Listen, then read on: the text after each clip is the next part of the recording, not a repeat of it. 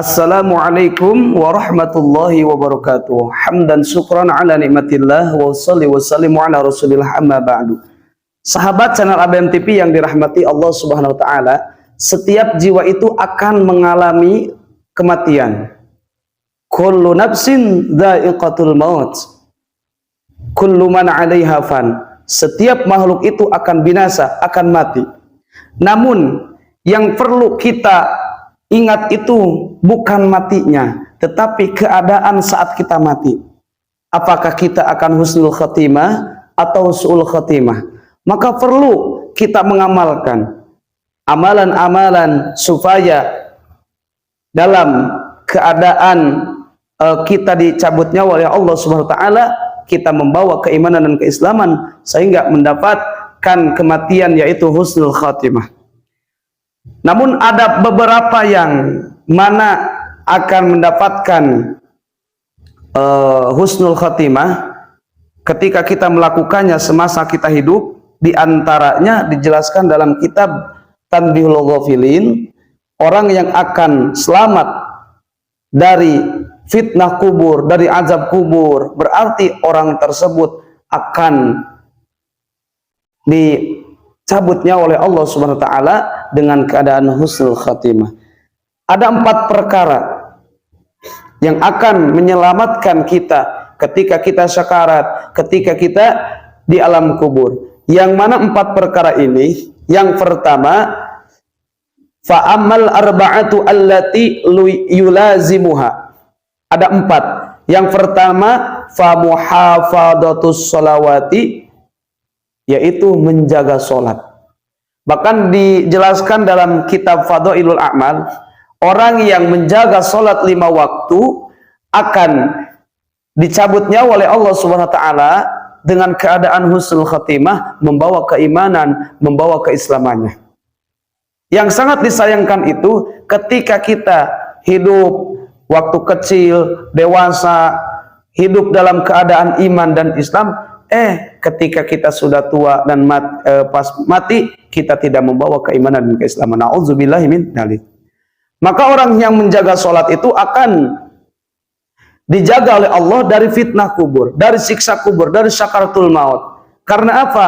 Karena sholat itu adalah nur, cahaya yang akan menerangi seseorang semasa hidupnya di dunia dan akan menerangi seseorang ketika berada di alam barzah. Maka ikhwan fillah yang dirahmati Allah Subhanahu wa taala, tidak pantaskah kita meninggalkan sholat, yang mana sholat itu sudah menjadi kewajiban kita. Dan yang kedua adalah sedekah. Sedekah ini mencegah mitatasu'i, mencegah dari kematian yang tidak diharapkan, yaitu kematian yang mengenaskan, dalam artian su'ul khatimah. Bahkan dalam kitab Duratun Nasihin dijelaskan ada orang yang mau dicabut nyawanya oleh Allah Subhanahu wa taala, kemudian tangannya berkata, "Ya Allah, orang ini selalu melakukan sedekah." Sehingga malaikat Israel unjukkan kepada Allah Subhanahu wa taala, maka orang tersebut diwafatkan dengan keadaan husnul khatimah.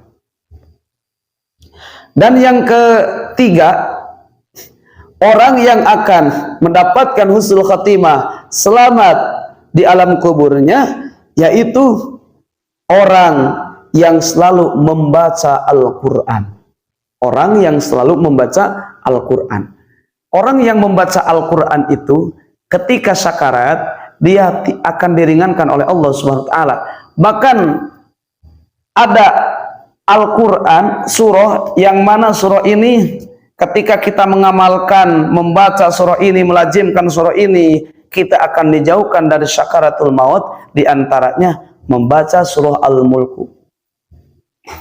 Surah Al-Mulku itu dijelaskan dalam tafsir Sawi, barang siapa yang membaca surah Al-Mulku, maka surah itu akan mengantarkannya dia hingga masuk surga. Yang artinya orang itu akan mati dengan keadaan husnul khatimah.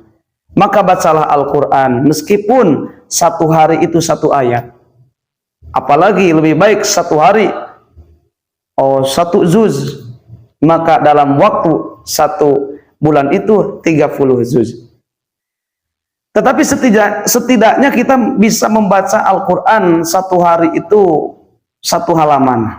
Karena cuma dibaca satu halaman 5 menit hingga 10 menit. Maka ikhwatilah yang dirahmati Allah Subhanahu wa taala, yang keempat yang akan menjadikan mati dengan keadaan husnul khatimah, kasratut tasbihi, membaca tasbih, memperbanyak bacaan tasbih. Apa tasbih itu? Mensucikan, menyebutkan bahwa zat Allah itu suci dengan kalimat apa? Dengan kalimat subhanallah. Subhanallah. Bisa dengan subhanallah wa bihamdihi, subhanallahil azim.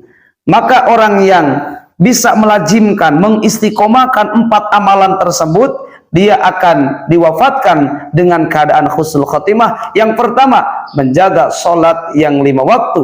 Dan yang kedua, memperbanyak sedekah. Yang ketiga, membaca Al-Quran. Yang keempat, memperbanyak tasbih.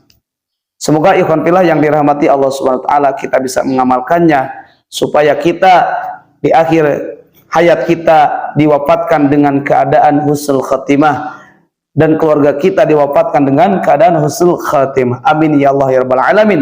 Semoga bermanfaat. Billahil hidayah wa taufik. Wassalamualaikum warahmatullahi wabarakatuh.